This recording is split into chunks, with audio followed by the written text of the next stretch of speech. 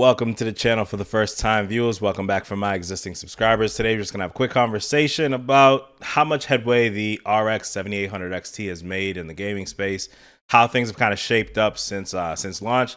You know, to me, it's actually a really good value card. The price is just about right, and the performance is decent, right? So it's very in line with the 6800 XT, but if you do things like, you're looking forward to frame generation or any of the new FSR3 features, you're looking at a better value there. Or if you just want a new card, you can still get 6800 XT's new today as I'm making this video, but it may become a little bit harder over time. So just one of those things that, again, great card if you're a new PC build, but if you're in the upgrade realm, might not be the best bet there, just because, again, it's already performance we've pretty much seen before, unlike the 4080 and the 4090, and to an extent the 7900 XT and XTX, right?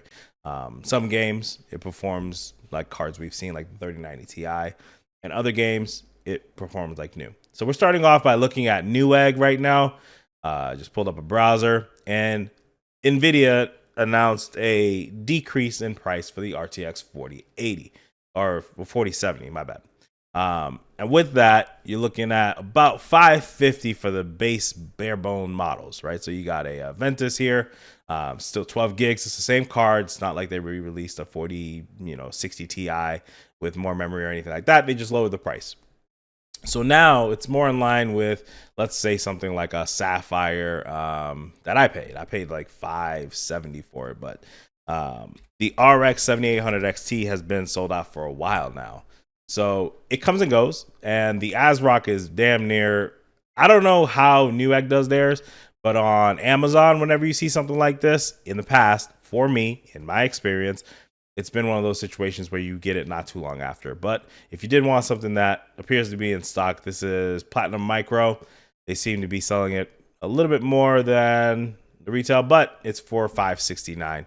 Or you have the Sapphire Pulse right over here for $519, very close to the $500 price point. And look here, the Sapphire Nitro happens to be in stock. So if you wanted what I would consider the best one, it says the estimated date is 9/21. So today's the 20th. You'd be able to get this card tomorrow.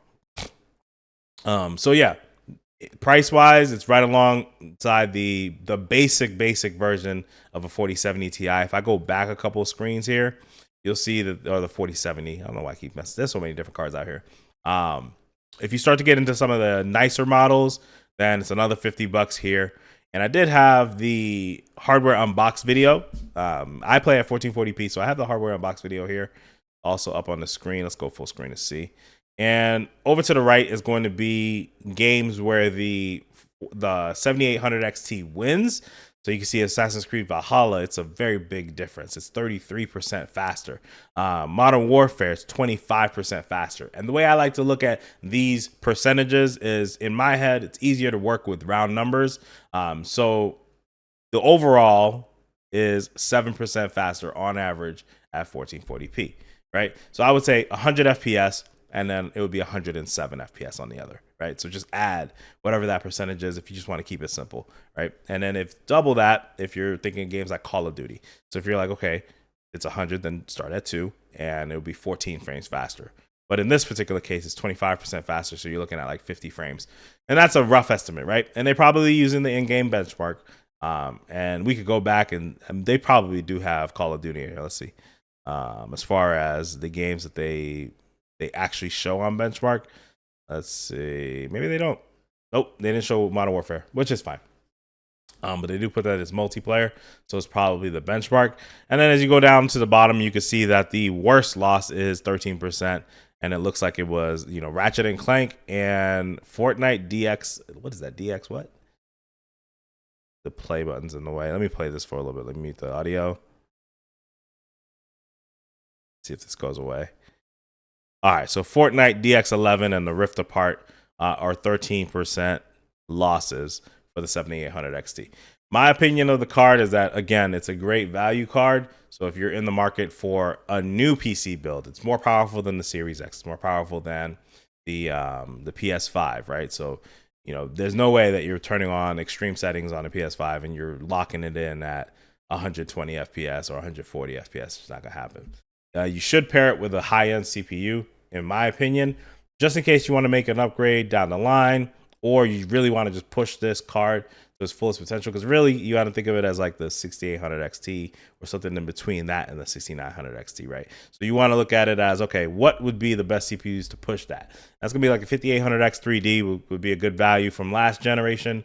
Frame Chasers did a really good video a couple weeks ago. It seems that if you're going AMD, you might as well get the AMD CPU so you can take advantage of SAM. The Intel CPUs don't really see that same exact uplift when using an AMD GPU, specifically with RDNA. So it was kind of like, okay, you could get one. If you have Intel, it doesn't mean go out and sell your Intel platform. You're still going to get great performance, but it's just not going to give that little bit of extra oomph, right? So I don't have a direct number, but if I had to put a number to it, I'd say maybe 5 to 10% more performance when they're paired together. Take it as it comes. Like if you have an AMD issue altogether, then both parts are AMD and you're screwed. So it's one of those things where you're putting all your eggs in one basket there, but you get more performance as a result of it. And the 4070, I never really liked it. I actually just held off and didn't get that card at all and picked up a 4070 Ti. So it starts to get within that same ballpark, and there's actually some 4070 Ti's on this result. It's the same amount of VRAM, but it's a much faster card. Let's see if we have one here. Right here. So this is the Aorus Master, which is actually dropped in price. This card was about $950 and is on discount for $850 right now. So I have benchmarks of this card on the channel. It's a great performer. The temperatures are phenomenal. Of course, it's not in the same price bracket as $600 or $630, $650. But to me, if you're looking at that price range, the best card in that bracket is going to be something like, especially if you're going new, is going to be that 6800 XT, the 7800 XT, the 6950 XT. And then once you cross over, you start to get dangerously close into the 7900 XT being the better bet. So once you start to look at some of the other models, I wouldn't spend more than $600 on some of the older generation cards. And me personally, Gio got the guy. I'm gonna go with a newer generation card versus the older generation card, just because of all the improvements that I can't add, right? And if it's just faster, then it's just faster. But if it does ray tracing better and it has some other things that balance it out, and there's some features coming down the pipeline, it's worth considering at least. It doesn't automatically mean that, okay, it's going to get those features, because we were supposed to have all these FSR enhancements. I think it was around January this year, and it's still not here, right? So it wasn't going to be at launch. They had talked about Q1 of 2023, and we're pretty much nearing the end of Q3, right? Depending on when you start your fiscal. But yeah, 4070 Ti, $850, a little bit more on the costly side, but there are some for $800. So again, you get into that. Do you want to go with the 7900 XT, or do you want to go into the 4070 Ti and be in that Nvidia ecosystem? This is a significantly faster card though. So when it comes to like games like Warzone, my experience is this has been on par with my 6800 XT. The lows are a little bit higher on the 4070 Ti, but the one thing I will say is the highs on the actual 7800 XT are very high. So it'll rival my 7900 XT at certain points. It's not going to be a full gameplay, like a realistic gameplay experience. And then it drops down to reality. But the highs are really high, and the averages are a little bit on the lower side. One thing I want to show you all before I go ahead and cut this video out, I'm just going to go to YouTube real quick, and I'll pull up my channel. If you want to see any of these cards, I'm retarded. All right.